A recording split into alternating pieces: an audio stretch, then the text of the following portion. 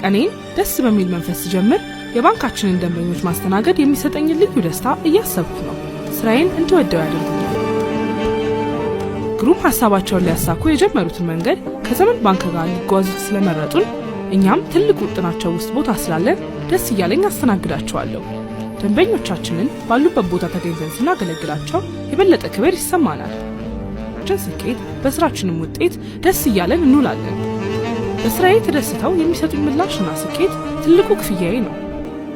በማንኛውም ቦታና ሁኔታ ባንካችን ቀልጣፋ ምላሽ አለው።